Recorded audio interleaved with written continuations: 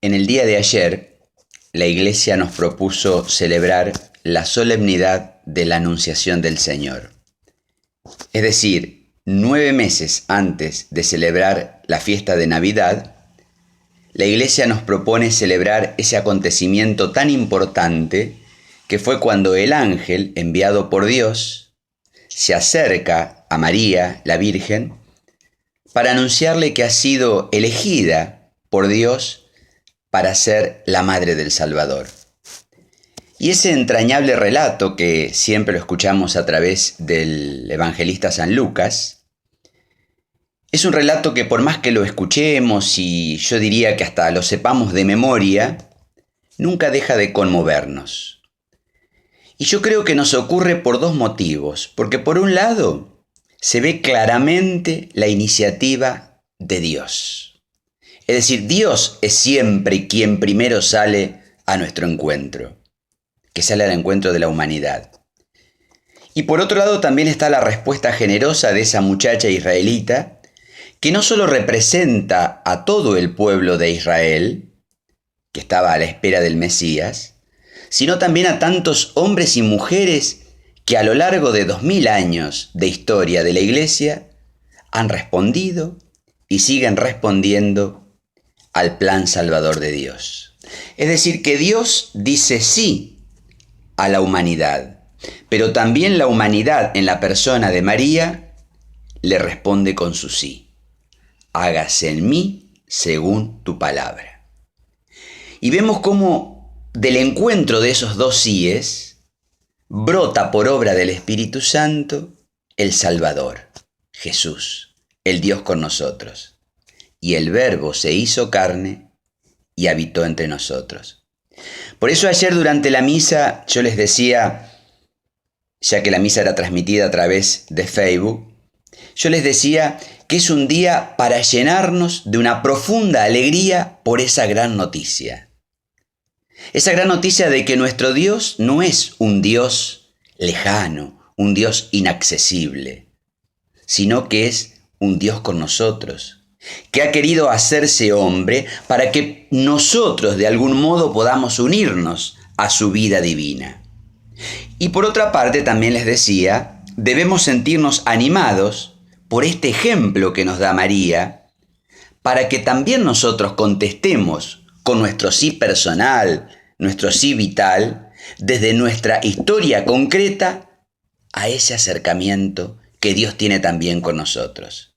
Siendo capaces de superar cualquier obstáculo, que muchas veces más que un obstáculo es una excusa o es un pretexto, y que seamos capaces de ser dóciles a ese plan, a ese proyecto que Dios tiene para cada uno de nosotros. Dicho de otro modo, si somos capaces de responder a Dios con generosidad desde nuestra realidad, desde nuestra vocación concreta, seguro que se volverá a dar en este mundo una nueva encarnación de Cristo Jesús. Por obra de su Espíritu Santo seguirá brotando la salvación y la gracia y la alegría de la buena noticia. Pero también ayer recordábamos algo muy importante. En el marco de esta solemnidad, desde hace muchos años, en nuestro país concretamente hace 22 años, se celebra el Día del Niño por Nacer. Y no es una fecha o una celebración impuesta por la Iglesia, sino que fue algo que provino del gobierno.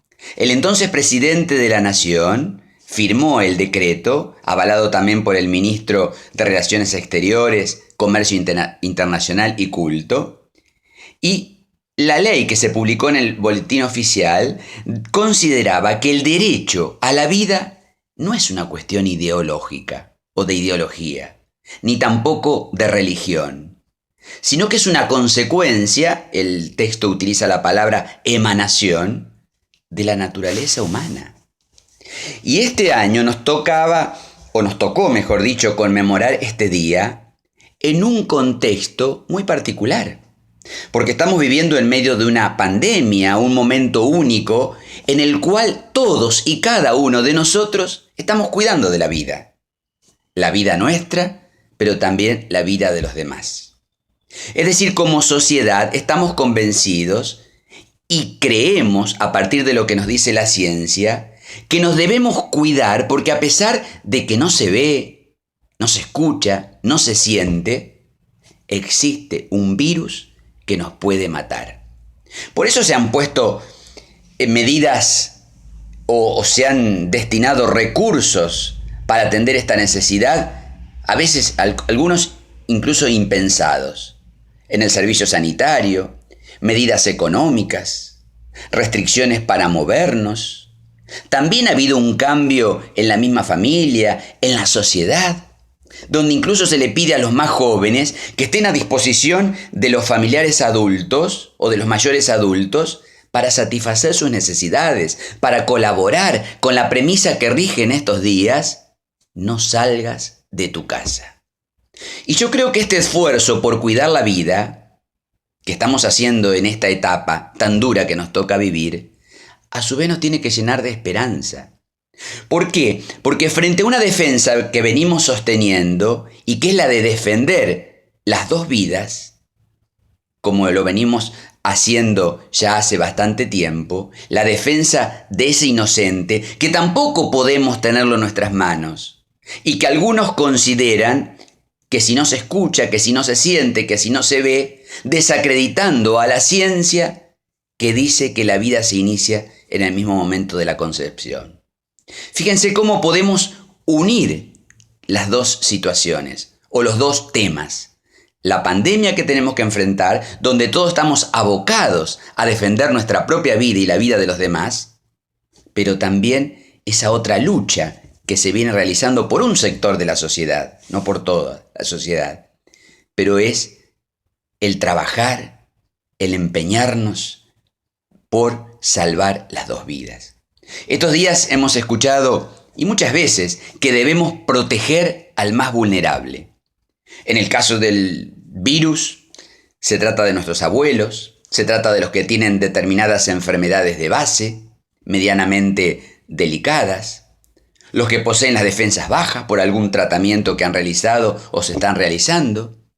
Y en el caso de salvar las dos vidas, ¿acaso el más vulnerable no es esa vida que está en el seno materno y que no tiene ninguna protección más que la que le puede ofrecer su madre? ¿Cómo no defenderla? Por eso yo les decía ayer en la misa, y para terminar, así como nos estamos organizando hoy frente a esta pandemia y estamos poniendo todo nuestro esfuerzo, ya sea el de quedarnos en nuestra casa, como también de tantos que están luchando en el frente, como pueden ser médicos, enfermeras o demás personal de hospitales, de clínicas, como también quienes tienen que atender el comercio para que no falte el alimento a la gente, o quienes tienen que trasladar mercaderías o leche o lo que fuere, o las personas encargadas de la recolección de la basura, o la policía encargada de la seguridad. Es decir, hay una fuerte lucha. Bueno, así como estamos organizados y estamos luchando, no podemos dejar de sumarnos a tantos grupos, a tantas ONG, a tantas personas que de hace muchos años se vienen organizando para trabajar, para luchar por la vida. Y luchan por la vida por nacer, por la vida del recién nacido, por la vida de las embarazadas, también por la vida de las flamantes mamás. Por eso, ese sí de María, que lo recordábamos de una manera especial en el día de ayer, es una invitación a dar nuestro propio sí.